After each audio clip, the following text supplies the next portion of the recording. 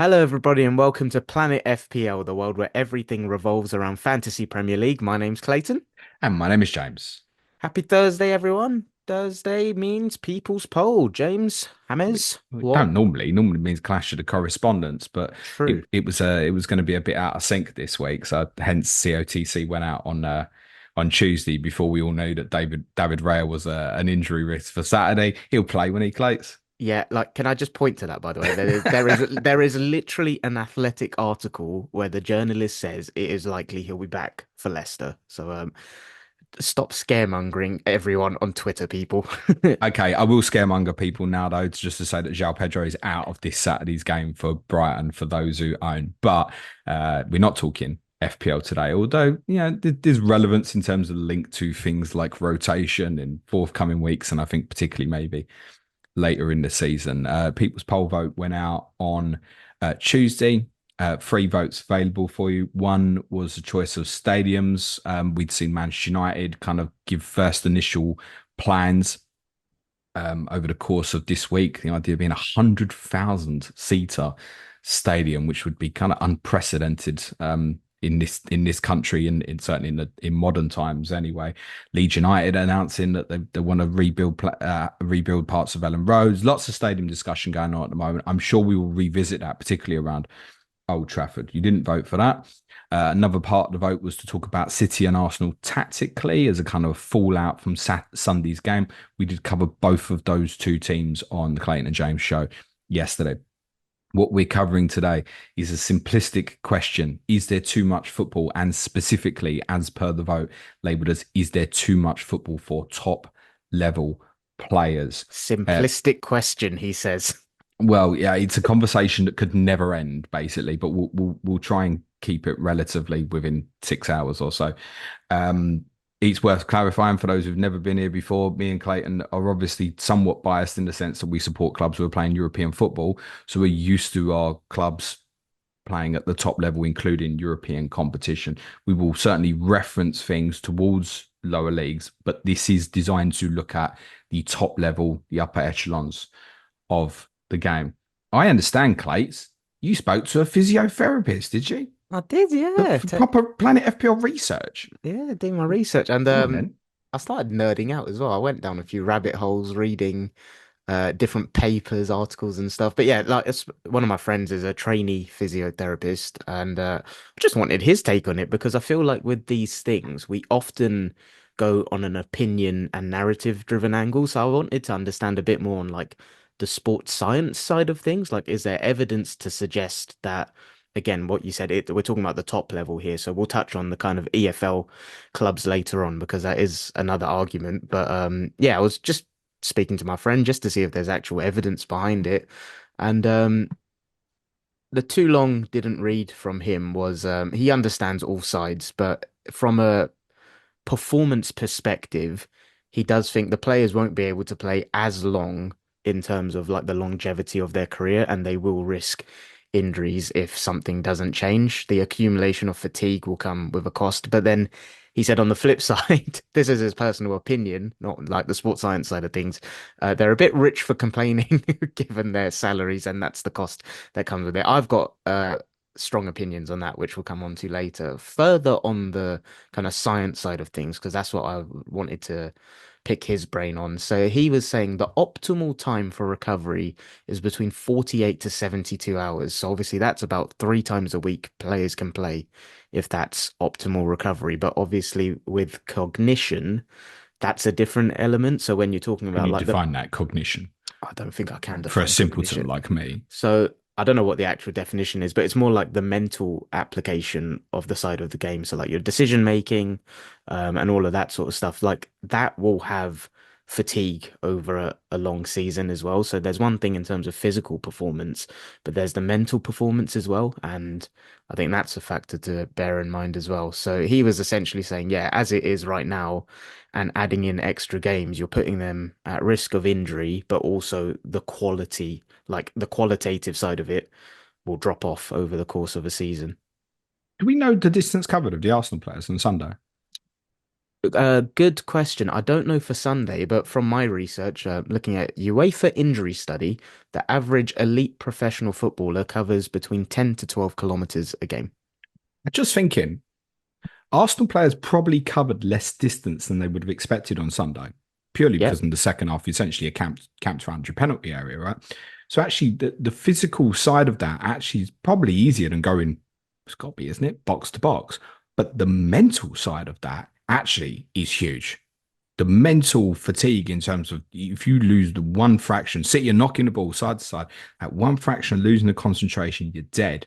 So there is a definitely a mental side, I think, at the top level of the game that is different to playing in the park on a Sunday. yeah, absolutely. Yeah, and I think to be fair, that is a very, I'd say that's an anomaly as a Of course it situation is, of though. course it But is. But I'm yeah, saying that people are, oh, the physicality wasn't as big on Sunday. Yeah, but mentally, people forget that, the mental side of the game.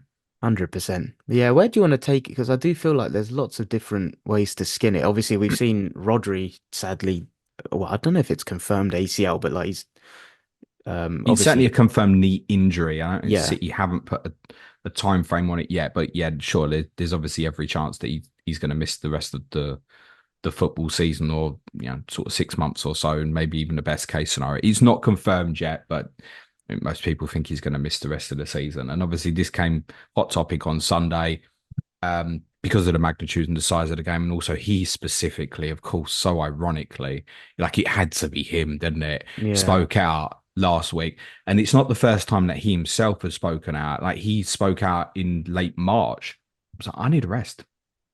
City had yeah. some quite intense fixtures around about the March period. I think they played yourselves and Liverpool either side of an international break, so it was quite an intense period for him. He was like, I need a break. And I think what's different with this time was he got more players backing him, in my opinion, in like the public press. There was a Champions League player who I forgot from outside of England, kind of supported it. Forgot who it was though. Bernardo Silva's obviously come out and said it. I saw Son from Tottenham's had an opinion on it. Ange Postecoglou commented on it. You're getting managers. Like I do feel like now you're getting more players and managers more vocal about it on a more consistent basis. I feel like it's been a theme for a few years now, but one of the topics that will probably come up in this conversation is will we see players striking? Rodri kind of touched on that. Yeah, we'll Um, cover that. Let's do salary first. You said you've got strong opinions on that. yeah, So it's tales all the time, isn't it? Well, they're privileged all that they earn this amount of money. What's your I've got strong opinions as well. What's yours? do you want me to go first then? Yeah, yeah, yeah. Yeah, sure. I think, you know, the iceberg analogy for success when like you only see the tip of the iceberg when We can someone's kind tell of that made. you had an education and I didn't, I think, at this stage. I saw that on Twitter actually. But Must be true then.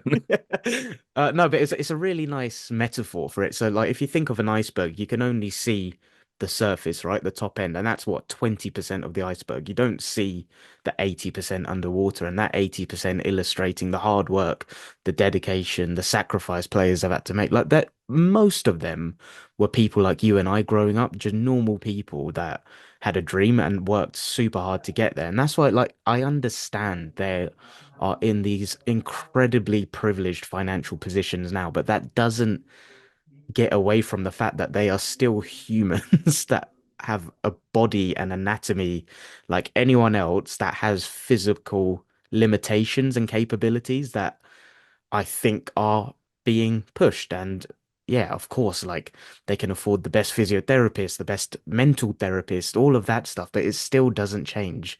They are humans, they're not robots, they have limitations and maximum capability. So yeah, I don't like the argument of like you can't like I would trade my life for theirs in a heartbeat. I would do it, this and that. Like I just think it really undermines the amount of work they've actually put into their craft and expertise to get where they are. So I personally don't like that argument personally. No, I've kind of passed this now. This, well, they're on this amount of money, so like it's fine. Kill them, flog them. I think, I think the European Championship changed a few people's opinions actually because shit, it wasn't a great tournament, and there's no reason really that it should have been a bad tournament. Germany is a great venue to host a tournament. Weather conditions weren't particularly extreme. There was certainly some games that was very warm, but some of the extreme weather was actually rain, wasn't it? So the temperature wasn't as bad as it could have been for the majority of the games. Yep, most games like fatigue wise was flat. Some of them knockout games, top teams, it's boring. It was Teams more boring, yeah. scared of losing than winning and stuff like that. And it's not like I recognize. I think club football has like usurped it now, but the reality is the majority of these top players are there at the end and they're knackered because they've had long seasons. Like you ask them to hit this pinnacle of whether they're going to win their titles in their own domestic leagues or European trophies or whatever, and then you calm for like 2 weeks, and then you're asking them to go and win another one. And that calm, by the way, it's not like they're not still training, carrying on, just preparing for the next one, knowing that at the end of this one, it's an holiday. Now, I don't know about you, but just from a simple work life situation, not so much in this job because I don't really take holidays, but if you're on a period, oh, I'm going on holiday next week. I'll tell you what, you don't give it your 100%, I don't think. Yeah, I Not in agree. the same way Yeah, that you yeah. do. It's so, but we would never deem of that sort of thing with football. It's like it's football is like a completely different entity to any other working reality. And I completely get that, I'm not trying to compare football with like laborers or whatever. I think Seferin even spoke out recently and he said like, he comparing footballers to like people earning like £1,000 a month and stuff like that. And he's like, these guys work under real stress and stuff like that. No one's saying that don't, mate. Yeah, But don't I'm not sure disagree. you should be Yeah. making as the leader of UEFA. I'm not sure you should be making that sort of comparison actually, because what we ultimately want is not the European Championships that we watched in the summer. We want to watch, and I've said this a few times about, I think international tournaments ultimately may move. We want to watch the Qatar World Cup. Despite where it was, the football was good. And I think we're starting to reflect on that and go, well, was that because it was in the middle of the football season? And I think the answer to that arguably is yes.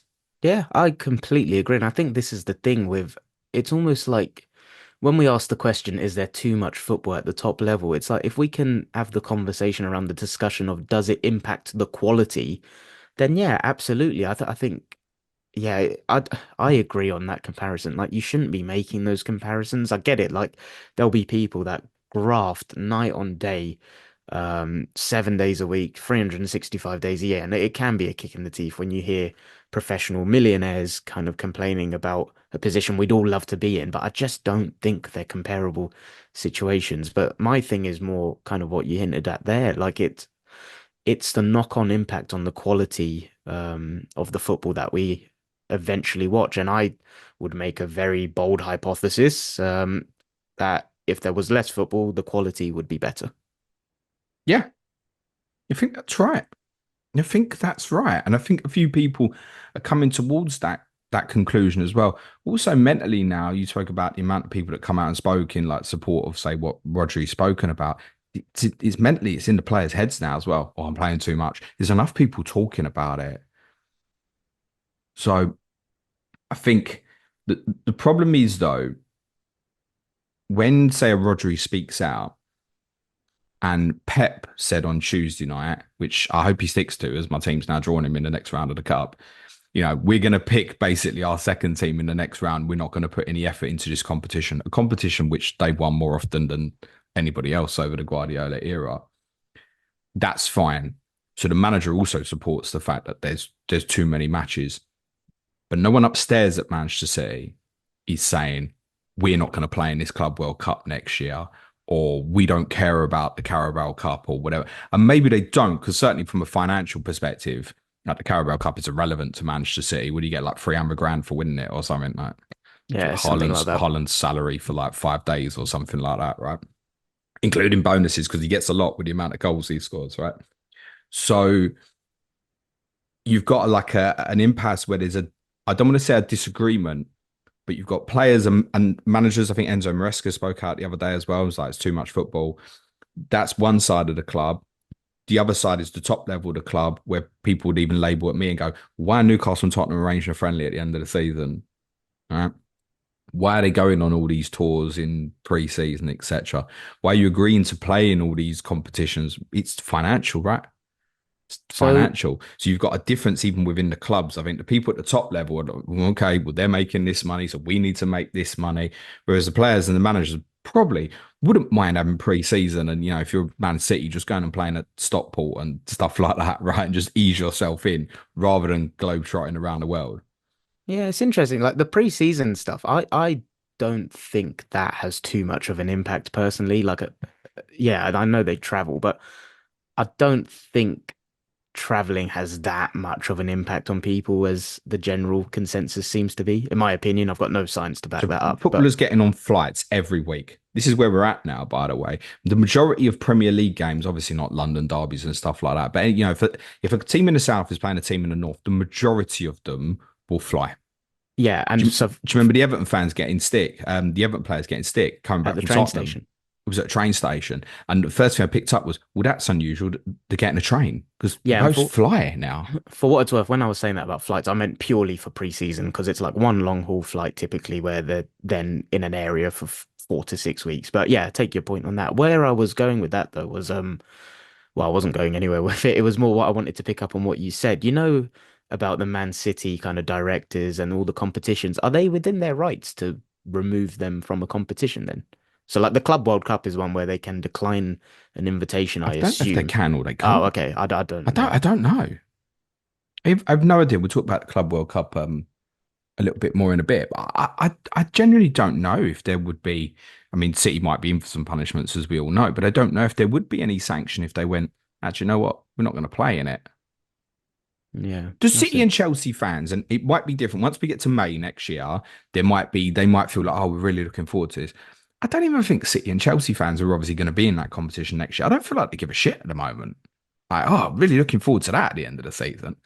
It's almost like looking at it and going, well, that's going to be a problem for us at the start of next season.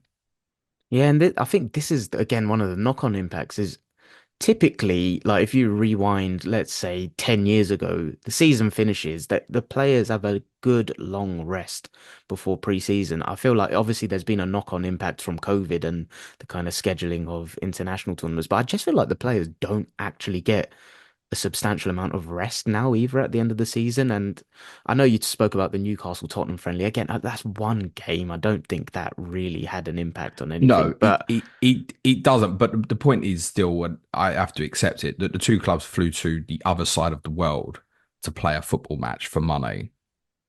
yeah, and this None of the players would have chosen that. Ange might have, because he might have thought, oh, go and have a little holiday in my home city afterwards or whatever. But I don't. The players must have been thinking, all right, finish the season on Sunday, piss off now, or get ready for the international tournament. It's like, oh yeah, go and play a game in Australia. Of course, but then I think that's a different conversation. Like if we're bringing it back to the topic, and the too much football, what impact that has. I personally don't think that game in isolation would have. It's more the knock-on impact of No, the kind of and Club World also Cup and to use the Tottenham example, we obviously went out. We didn't play in Europe last year, and I think we only played 3 games in the domestic cups. We actually only played 41 games last season. This year, if we do well in the cup competitions, we'll go beyond 60. The jump of just the extra 8 games in the Europa League this year takes us up to like a minimum of 48 games, right? So if Tottenham even perform moderately in the cup competitions, they're probably hitting 60. for a Man team. City could this year. I think it's 85. It's 85 games for a Rodri, if you include his games for Spain and Manchester City. Like 85 days or 85 games, just break that, right? That's I mean, insane. times that by four is 340. It's 365 days in a year, mate. That's absolutely bonkers. It's and what in That's his too much, isn't it? Come on, we can oh all yeah, see that. yeah, absolutely. And what was it because he gave some numbers in his interview where he kind of spoke out about it. What did he say the sweet spot was it 40 to 50 games? Yeah, basically, yeah. I think he was saying like up to 50 is fine. But just factor that, right? 38 Premier League games, and then if in the Champions League you go all the way, and let's even say that it's a top 8 finish, right? So that's what, another 15, 12, 15 games on top, I think. I think I've got that. My maths is right. Yeah. If you hit the playoff is 17 games, you could play 17 games in the Champions League this year. Let's even say City will probably finish top eight. It's 15, right? So that's 53 games. Premier League, Champions League. You ain't factoring in the domestic cups, or clearly he's going to play any important game for Spain, right? So just if he stays fit, he's going to go beyond 60, isn't he? Yeah. What was it like? Let's just take the period of 2000 to 2010. Do you know what the average amount of games per calendar year would have been then, or per season even? Clearly the European has changed a little bit. I mean, in terms of our domestic cups, actually there's less because of the removal of replays from the FA Cup has been slowly coming away over the last 30 years or so. So domestically is a little bit less, but Europe has obviously factored in more. Also, another thing to factor in with the rebranding of UEFA competition, which you and I obviously know from our UCL Fantasy podcast, is more big games at the start of the tournament. Take City as an example. Normally, everyone takes the piss. Oh, another easy draw for City. Someone like Rodri's thinking, great, another easy draw for City. I can stroll through the group stage of the Champions League. Now he's sitting there going, Inter, oh shit, didn't win that. Oh, got to play Juventus and PSG in December and January and stuff, and go both away as well. Okay, that's a little bit more difficult. So even what the physicality of said fixtures, plus I think the quality of the Premier League is improving. Certainly in terms of the tactical side of the game, like I've said this several times, nearly every team in this league now has got a really good tactical manager, basically. So it don't feel like there's any easy game. Like if you just rocked up against Leicester on Saturday as an example and went, actually, it's Leicester. Actually, do you know what? We will rest Saka, Gabriel, Saliba, Raya, and Declan Rice, and we'll You take it can't. on. No, well, not all of them together like that. You can leave out one or two, can't you? But if you went that extreme, you'd rock up the stadium and go, "We're at risk today." Yeah, agree. Also, I spoke about this with Suj actually on our Patreon Q&A on Monday, and I used the Messi reference, right? So I said to him just off the cuff, I said, "Have you ever been to the Camp Nou?" He's like, "Yeah, yeah, I went there I went there. We was on a stag do in Barcelona like years ago." I said, "Did Messi play?" He said, "Yeah." I said, "How would you have felt if you got there and he didn't?" Yeah, it'd be gutted, isn't it? He's So at an the top, like if you're looking at someone like that, the demands and the expectation is there. No, because Barcelona are most weeks, right, at the Camp Nou, it's our field by tourists, and a lot of our own Premier League grounds are going that way now. There's a demands. Go down to Tottenham and obviously look at how many Asian supporters there are every week. Imagine Sonny don't play. yeah, they'd be Yeah, gutted. yeah. That's an interesting point on Messi though, because the flip side of it is Messi and Ronaldo just felt like they always played and never looked like fatigued or I anything. mean, Ronaldo's a complete bastion, isn't he? Yeah, but like yeah, I don't know if again are they just anomalies, but yeah, they would have obviously been playing in every competition, every minute, getting to the final stages and Also, for those two players, I imagine mental strength as like on a really, really high bar. Got to be just the individual pressure, the profile you are as an individual in terms of how you're perceived in the media, etc. All the outside stuff you're doing, endorsements, all that. Your mental capacity as an individual to deal with that has got to be right at the top. Guess what? Not everybody makes it there. yeah. Yeah, it's probably unfair to use them as an example. Not everyone makes it. And if we've got a player who many people think should win the Ballon d'Or this year on Rodri, he's coming out and saying, twice this year, he's come out and said, I'm tired. I What need is a the break. solution then? Um, well, we need to reduce football. But And I'll give you an how can you example. do that? So I mean, it's two examples. I'll give you one domestic example. I'll give you one international example. We'll talk about the Club World Cup in a bit. But Suj and I have discussed a few times over the course of this last year about the Carabao Cup. And I actually sat here this time last year and I said, I think it could go. Like the whole Completely. competition could go because the calendar is getting that silly with the rebranding of UEFA competition.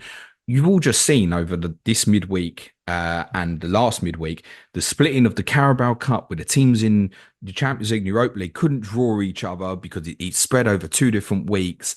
Like we really are packing it in. That's why FA Cup replays unfortunately had to go and stuff as well.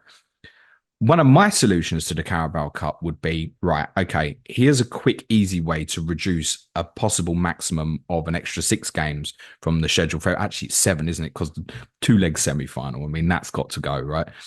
Take the clubs who are qualify for Europe out of the Carabao Cup. Take them out. Don't whoever qualifies, even someone goes in the Conference League, come out the Carabao Cup, right? Come out of it and make sure we'll have every year we'll have a guaranteed new winner. Do Right, you think it gives the clubs outside the greedy six and all that a better chance of having their day of glory at Wembley, where you might have a final like Everton v Wolves, for example. so? On the flip But side, if I sorry, go could on. just jump in, Yeah, go for it. the, the EFL and the sponsors don't want that. The the Carabao Cup is part of the EFL deal for the television when it feeds down and stuff, right? So that's sold as a package, includes the Carabao Cup. Every Carabao Cup tie this year is screened live on Sky, right?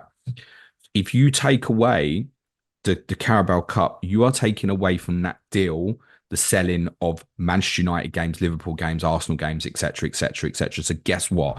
When it feeds down the pyramid, less money. Yep. So the sponsors who pay for the competition, because it's a sponsored competition, the TV companies who pay for it, etc., they need the clubs who qualify for Europe in that competition, and therefore so do all the EFL clubs because it will mean more football spread towards the pyramid going down. So it's like a catch 22. To take them out, oh shit, you've all got less money now. So would And ultimately, at all levels of the game, money in its own degree is important to everybody. so did you say that you think they will scrap the Carabao Cup, or was that just your No, opinion on what? Okay. No, I don't think the 2 leg semi final has got to go. That's a problem between the EFL and the Premier League, basically. So they're obviously still negotiating. That's why they need a regulator to sort out, how much money is the Premier League feeding down. And one of the EFL's bargaining chips, because essentially it's their competition, one of their bargaining chips when trying to get more money from the Premier League is we are not giving up 2 leg semi-finals. Why are they not giving up 2 leg semi-finals? Because of the value of those 2 extra games is helping the TV deal, which then Mm. filters down to all their clubs. That's what I said. It's catch 22, mate. And this is the other thing, because I feel like we get, and I know we've aimed this podcast towards like the top level, but EFL fans, obviously, rightly so, have strong opinions on this. I yesterday was on a Bolton podcast and they found it laughable about kind of top teams complaining and stuff. But if you go down your suggested solution of removing the kind of clubs in European football, do you think the EFL clubs would still want to be involved? Because Championship's got what, 46 games? Yep. So If does they League One, League Two. Admittedly, less of them are likely to hit the yeah, late stages of the so cups. let's just say the whole football league has 46 games. If they get to the final in the cup, did you say that's 7 extra games there? Well, I'm only reflecting on that. So it's for the clubs in Europe can play 6, isn't it? Actually, so it's 5 rounds basically, but a 2 leg semi-final, so 6. Yeah. Obviously, you go from the first round, you could play 8 games Then in that there's the competition. Papa John's FA Cup. Like, Well, yeah, League One and League Two teams playing that, and they're also restricted. I find it remarkable. They're restricted by the amount of changes they can make. They get fines if they make too many changes. Some will have even really? seen that in the EFL Trophy games where they've had like a player start a game and they get subbed after a minute. Oh, wow. Yeah, I've not it's like seen that. you're blatantly flaunting the laws. Yeah, but you're also forcing footballers to play more football than people want, right? And that those competitions are obviously demeaned by the fact you've got the under 21 teams in there now. There's a new competition starting with non-league teams and under 21 teams that is starting now, of which one under 21 team has already pulled out of that for financial reasons, which is Reading, which is a conversation we've done a few times and may well come back to again. So even at that level, who wants that? The EFL clubs don't want the under 21 teams in their competition. No. Do the non-league teams truly want to play? Oh, yeah, well, I support, we've got all the shot fans on our page. Right? Do all the shot want to play, Tottenham under 21s? Like, just give a shit. Oh, do Mm. you? No, I don't know. I'd And have to that ask them. also has come about as money because that's helped. That was part of the deal for non-league clubs to like agree to scrapping of FA Cup replays and stuff, right? It's It's all naughty. interlinked, yeah. Yeah, I just and don't know what ultimately at this. their own levels, they all care about money in their own way. I know people who support lower level clubs are moaning about, all money at the top of the game. And trust me, at the bottom, they're all scrapping for money as well, right? Yeah, when we have these conversations, like I think we're both in agreement. Yeah, we think at the top level there is too much football, and I'm really concerned for player welfare and longevity of careers. Like I think there will be a lot of injuries in the next few years. It'll be interesting to see a graph and like a statistical model of kind of long-term injuries over a period of time. But I just don't know what Here's the one for solution you is. then. Why did Bukayo Saka play last night? See, this is one where it's interesting. Like I didn't see an issue with it because with respect to Bolton, that would have been no different to a training game yesterday. I think he played 45 minutes against Man City. I take what you But said also earlier just about played Tottenham and Atalanta before yeah, that as but that well. I genuinely think in the space of a 7-day week, last night for Saka playing 70 minutes against Bolton like that would have been no different to his training exercise today. But Genuinely. you didn't need him, did you? No, Come on. of course not. But I think they wouldn't have played him if he was that they have all of the data in front of them. I If he know. was genuinely in the kind of air quotes red zone or near it, they wouldn't have played him. Like the But then likes of Adam Pritchard come on COTC on Tuesday, and we'd asked him. I said I preempted it. I said, should those who want to captain Saka this week should they be worried? Like if he plays against Bolton, and Adam was like, we know if he's got two legs, he'll play. I'm like, "Well, Interesting. Bolton, like, Yeah, yeah, I think that was just like they're in the lineup last night. There was a balance of first team, like senior first team players, fringe first team players, and youngsters. And I just think the balance of the forward line meant it was fine. But yeah, I personally don't think that was an issue. If he got injured, then everyone would have said, of course. But in my opinion, that is no different to his chance of getting injured against someone in training. If I get that. And we're also not there. So just because Rodri's saying too much football, for all we know, Bukayo Saka's going, oh, I want to play boss, I want to play boss, I feel great. Like we don't know, right? We're not there. But you know what the fallout would have been if he'd got injured last night. Of course, but this is where I always talk. The one thing I always talk about is just people being outcome driven in analysis, right? Like, yeah, it's one of the things that really winds me up. But I just think if there's a period coming up where I think with him, you can really tell when he looks like he is flagging, like especially in April last year, he just looked like he was on the floor. Right now, he doesn't look like that. He's played 190 minutes this season, Yeah, which is but like against Brighton. him being on the floor in April, mate, is that not part influenced by playing against, with respect, teams like Bolton, I who think doesn't if it need to play? again, it's on the blocks. Like if it gets to like that in October when we've got Preston away, and if he's put in a huge shift in that period and that block, sure. But in this period we're in right now, I don't see an issue with it. He's only, like I said, if he's only played 90 minutes once this season, I would argue that he needs it to get up to match sharpness. But yeah, I personally look at it last night as it was Contradictory a bit though, literally. isn't it? I don't think so. And it's also demands on us as fans. A different example, I was obviously at Coventry last week in the Cup, right? And you can imagine what a lot of the moaning around me is. Oh, he's picked a shit team in the cup again. Like the supporters want the best team on the pitch, like in the cup competition, even though it's Coventry away. Like, don't risk it and all that, right?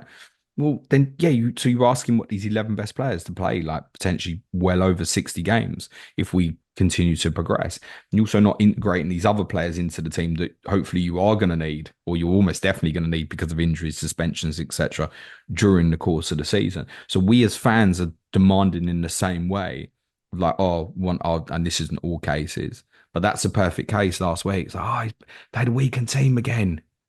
Fucking hell, we've got a lot of football to play this year. So Yeah, again, and I just think it's like there's not that much nuance with these things, which yeah, I just think the likes of Gabriel, Saliba, Timber, White, like they're the ones that they look like they are flagging at the minute, and they got a rest. And they came like Gabriel came on and like a substitute appearance is fine. Saka doesn't look like he's flagging, and he got subbed against Man City 45 minutes. I personally had no issue with it. And again, if he got injured, it's like kind of hindsight thing. When I saw the lineup, I didn't I get have an that, issue but with I it. think we need to if we hit April again next year and he stays fit all touch what he does and he stays fit all through this period, we've got to revisit this. If in next April we look shattered, But do you We've think got to playing reflect 70 and look minutes back on against this. Bolton would have been the issue? He looked shattered. I don't think it's that. I think it's more But he the could have just had the night off, couldn't he? I don't think it would have made a difference. So, I think it's in my opinion, the output on him physically yesterday is no different to what it would have been in training. I think it's more if there's periods in the season where we've got Leicester, Southampton, and like with a And higher PSG in of the middle of it. yeah, that's one where I'd like to see him kind of 60 minutes against Leicester. FPL players aren't going to like hearing that, but 90 against PSG, against 70 against Southampton. That's what I'd like to see it managed through substitutions. I don't think because they will be games of higher quality, higher impact, higher tempo. That Bolton game was honestly like a I stroll in understand. the park. That wouldn't have had any impact on his load. But if we look back at the end of the season and Bukayo Saka started, I don't know, 65.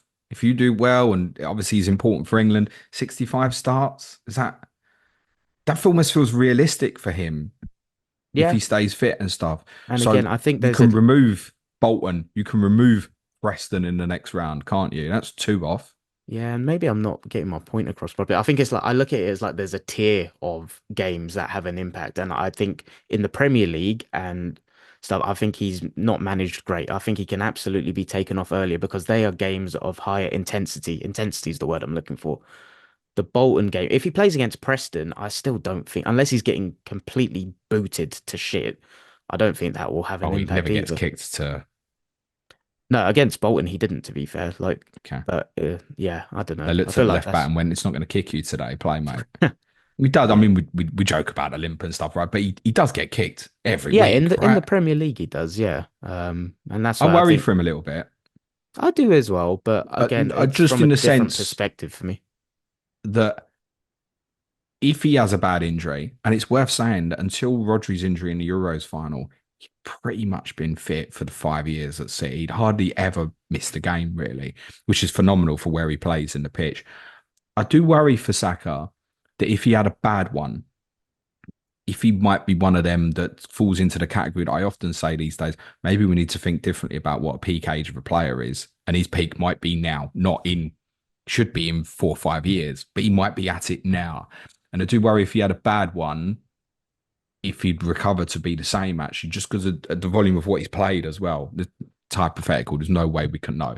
And even though he plays for you, like, it's important for England. I don't want him to get injured, mate. No, I of just want him course. to be like suspended when he plays my team or, and rested when you've got big games and stuff like that, which isn't going to be, Clates. No, and again, my if I can kind of finalize this topic, it's my issue with Bukayo Saka's management is in the Premier League and Europe. I feel like he can be managed better, and I'm hoping the likes of Raheem Sterling coming in can assist in that in terms of like management through early substitutions and load that way. I personally don't think one or two appearances in the EFL Cup where the intensity drops from a 9 out of 10 to a 3 out of 10 has any impact because in my opinion it's no different to a training exercise. And also, in fairness, Saka will be able to take an extended break next summer. The Rodri case, which is why people mention so much, is he wouldn't have been able to had he not suffered the injury because this Club World Cup. Some of you will have heard me say a few times that I think it won't happen. My understanding is that Gianni Infantino intends to announce the venues for the tournament before the end of this month. It's the 26th today. Now, you got a tournament happening, and what I'd never got about this with the whole venue stuff is it's like we've got to know the Champions League final like 3 years in advance, but you want to host a whole tournament next summer, and we don't know what stadiums are being used. We know that it's largely going to be almost exclusively, but not all of it apparently, on the East Coast of the USA. But what you're prepping here in terms of stadiums, tickets, stuff like that, your interests, etc. And we know the demand in like America is really high. And I'm sure these games that feature City, Chelsea, Bayern Munich, and stuff like that probably will be packed out stadiums and that. Yeah. What about the other ones? What about the games that don't feature a European team and stuff? What your stadium's going to look like for that? Um, so there might be a movement forward towards the tournament this year. The TV companies are not committing to it. FIFA were hoping that they had a deal in place with Apple to, I guess, have worldwide coverage of it potentially. and that's not been put forward. They've now changed the tenure rights for it to put forward not only the 2025 tournament but also the 2029 tournament. To almost say you can buy the two of them now, and the TV companies are backing off at the moment and not committing to it. So there's still roadblocks in the way. And I wonder if once these venues get announced, some of the players themselves start speaking out and going, I don't want to be in this tournament next year. It doesn't mean anything to people. Also, there's weird shit about it, right, as well. So one of the reasons that the tournament is largely to be on the east coast of the USA is because at the same time, a lot of the CONCACAF Gold Cup, which features nations from North America, is going to be played on the west side of the country. So you've got international football at the same time. So who does who play for? One of the arguments on this as well was like, I think Kevin De Bruyne's contract's up at the end of the season, right? So June 30th. Well, that will be like at the period of the end of the group stage or something. So What like, if he's a free agent? He can't play for City then. you just go and play for another team and I'm sick of City. They're a bit shit. I go and play for Bayern Munich next week. Like, how does any of that work? If you buy a player on July the 1st, can they join the tournament or like not? Or there's a lot of stuff with it. It's quite murky at the moment, and I need to iron all that stuff out as well.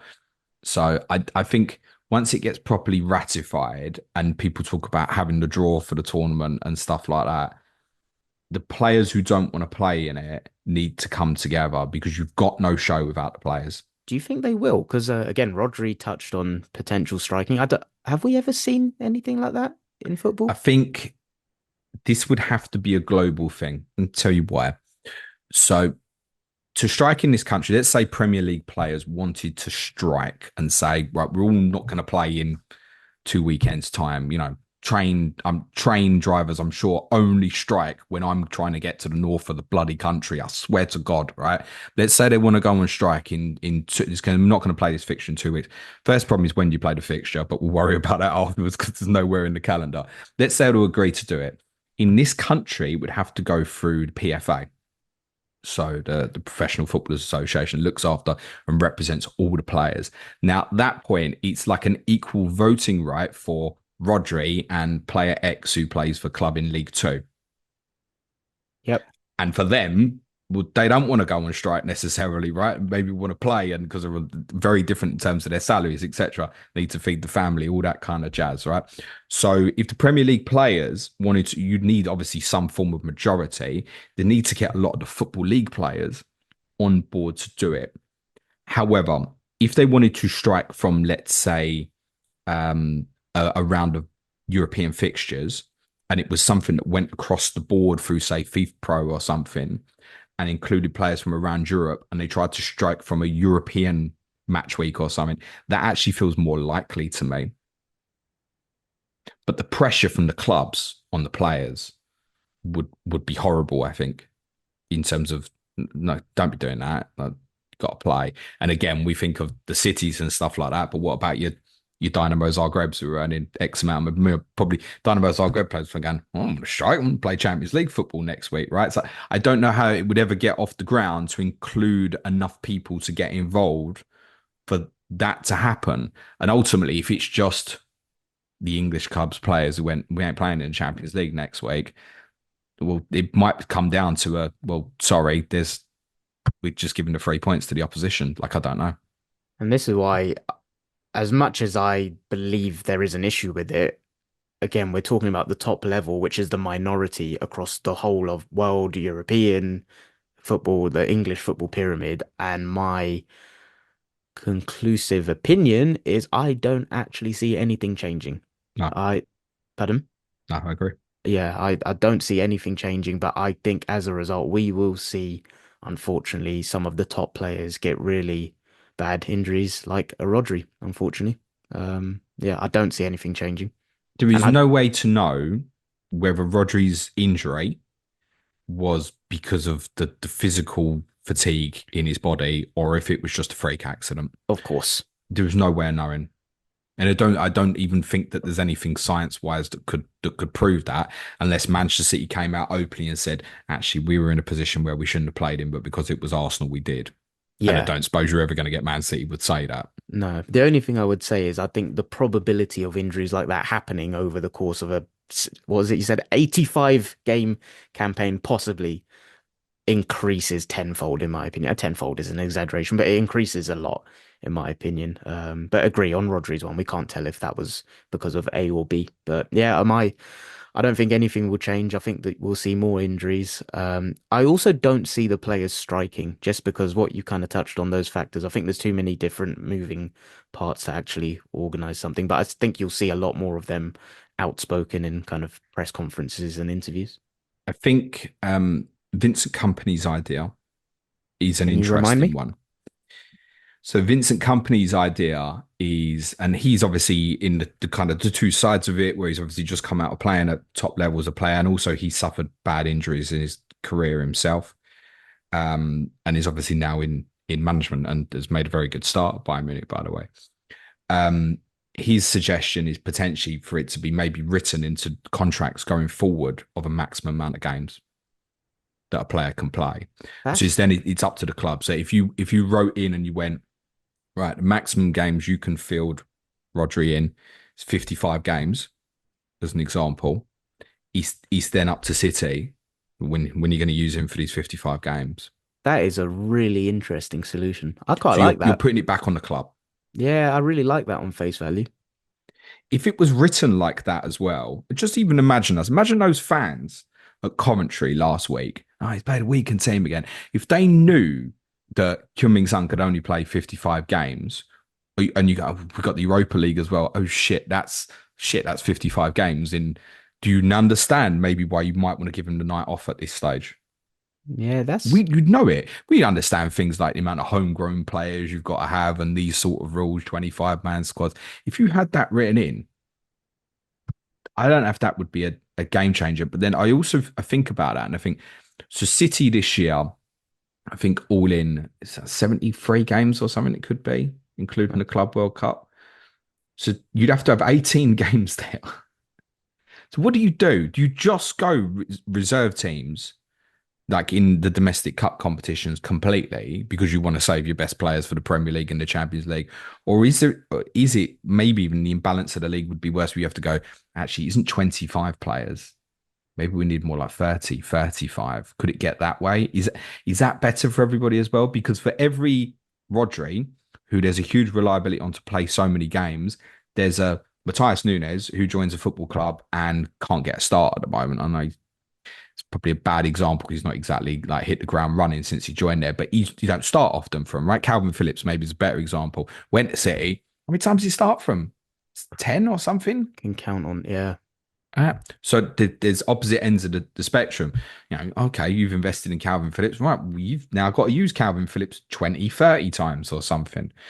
So I I really don't know. like I, that I, solution. I think something like that might come back more to the table, but then the clubs ultimately offer the contracts. Obviously, agents will negotiate a lot, but which club wants to put forward the contract that says who would kick it off and start the contract that says, okay, we're going to play you a maximum of 55 times as an example over the course of a football season. I think that's the thing. It's like, It's yeah, it's a good, legislative that would have to come from above, and that ultimately, because it's worldwide, could only be from FIFA, basically. yeah, and it's a good idea, but like the implementation of that, oh, good luck. Can you imagine if everyone just blanket has to renegotiate their And contracts and tomorrow? and actually, 55 is arguably too much, right? Because to go back to the Rodri example, especially in a year where you've got a major tournament, Rodri's probably going to start 10 games for Spain if you include the build up to the tournament and then the major tournament and stuff. So that's still taking him to 65, which everybody is saying, and everybody kind of feels like they're in agreement. That's too much. Yeah, it is pretty bonkers. Which is why I guess in some way the players have got to come together if they feel that strongly about it to, as a collective, talk to each other. I think managers can do a lot here as well because ultimately managers are they've got to be careful because obviously they've got people upstairs who will give them a job or won't give them a job, but particular people in real power like Guardiola's and Arteta's, did zero chance that they could get sacked.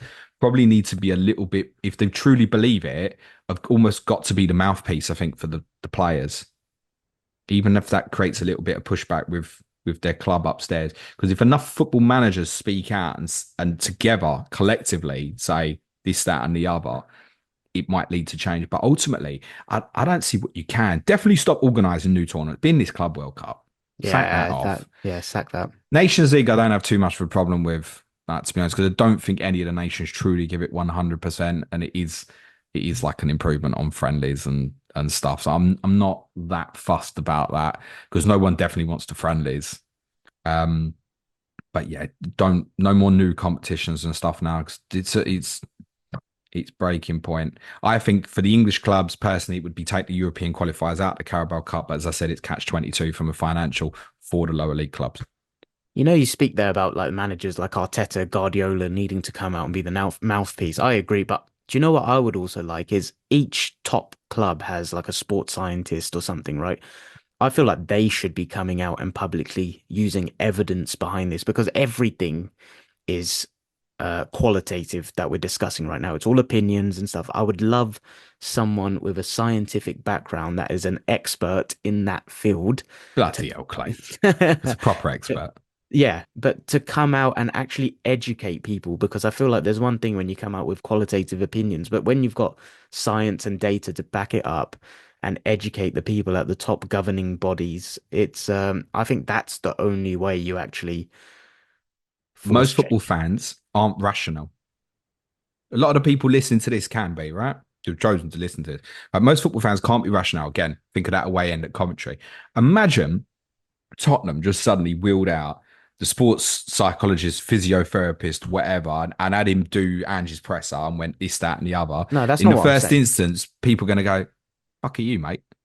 That's I probably don't what know. Andrew would say as well. That probably is what Andrew said. No, I wasn't saying them to do like the press conferences and stuff. I just feel like you need people that are actually the subject matter expert in that area that have the data to come out and educate people. In what mode and format that is, I'm not sure, but I think you'd be surprised. I think people would listen to someone that is, But a lot of that's all written out there already. People choosing to overlook it. That's why I say you arguably need the managers to come out and speak the data on behalf because people will listen to the managers, right? If Arteta says something at the moment, most Arsenal fans are glued to it and will take it on board. yeah.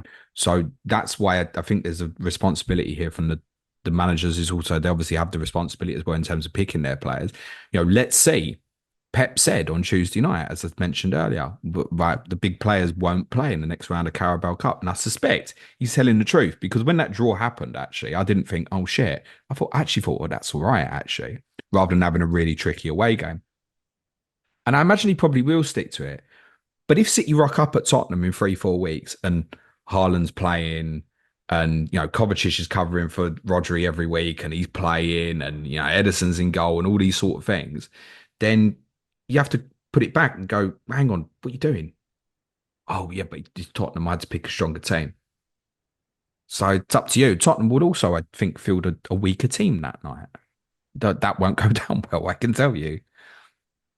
Yeah, it's a tricky one. I just there's never going to be a solution that pleases everyone. Is But there ever in football no, is a, there a, ever in a life? No. solution that Yeah. appeases everybody? Are all sides of the Man City Arsenal debate appeased with all the things that happened on Sunday? Like, no, of course not, right? You got tribalism in football, etc., etc. So, as said, this conversation could go on for 6 hours. So I think we'll probably leave it there, mate. Good chat. Thank you very much. If you want to ask me any more on mental and physical capacities of footballers, you can do. Ask James Stream tomorrow at 1 p.m. UK time. If you want to join us on Patreon, it's patreon.com/Planet FPL. Our podcast today, our podcast on there today is myself and Suj, Money and Football on the battle to own Chelsea between Todd Boehly and Clear Lake. They are at loggerheads. They don't like each other. I'm not sure they ever did. They definitely don't now. Looking forward to listening to that one. Cheers, Clates. Thank you, mate. Be nice to each other, everyone. Have a rest. Cue music, please, man child.